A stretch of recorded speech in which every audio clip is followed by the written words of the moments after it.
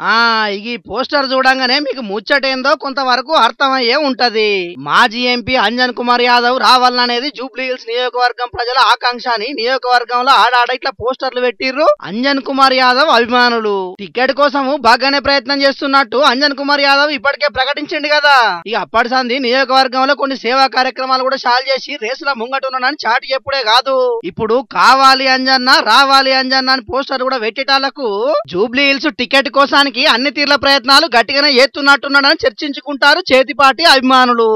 ఇక ఇది వరకు నేనే మళ్ళా పోటీ చేస్తానని మాజీ ఎంపీ అజారుద్దీన్ సార్ ప్రకటించిండు గాని ఆయనకు ఎమ్మెల్సీ పదవి ఇచ్చేటాలకు టికెట్ రేస్ నుంచి తప్పించినట్టు అయింది. ఇక ఈ రేసులా ఇది వరకు జూబ్లీ హిల్స్ నుంచి పోటీ చేసి ఓడిపోయిన నవీన్ యాదవ్ ముందు వరుసలో ఉన్నాడని చర్చ నడిచింది గాని పట్నంలో సీనియర్ నాయకుడిని పార్టీ కష్టకాలంలో కూడా అండగున్నా కాబట్టి ఈ పారి టికెట్ నాకే ఇయ్యాలే, గెలిచినాక బోనస్ గా మంత్రి పదవి కూడా ఇయ్యాలని అడుగుతున్నాడట అంజన్ కుమార్ యాదవ్ అన్న. ఇక చేతి పార్టీల టికెట్ కోసానికి ప్రయత్నం చేసేటోళ్ళ లెక్క పెద్దగానే ఉన్నది గాని అటు కారు పార్టీ తరపున మాత్రం ఇంకా అభ్యర్థిని అధికారికంగా ప్రకటించకున్నా మాగంటి గోపీనాథ్ ఇంటామే మాగంటి సునీతక్కనే పోటీ చేస్తుందని అంటున్నారు. ఈ ఎన్నికల్లో గెలిచి బీఆర్ఎస్ పార్టీకి పట్నంలో తిరుగులేదని మల్లోపారి నిరూపణ చేయాలని కారు పార్టీ లీడర్లు గట్టిగానే కష్టపడుతున్నారట. దీనికోసానికి ఇప్పటికే కేటీఆర్ అన్న డివిజన్ల వారీగా లీడర్లతో మీటింగ్లు పెట్టి గెలిచేది కారు పార్టీ అని కార్యకర్తలకు భరోసా ఇస్తున్నాడు.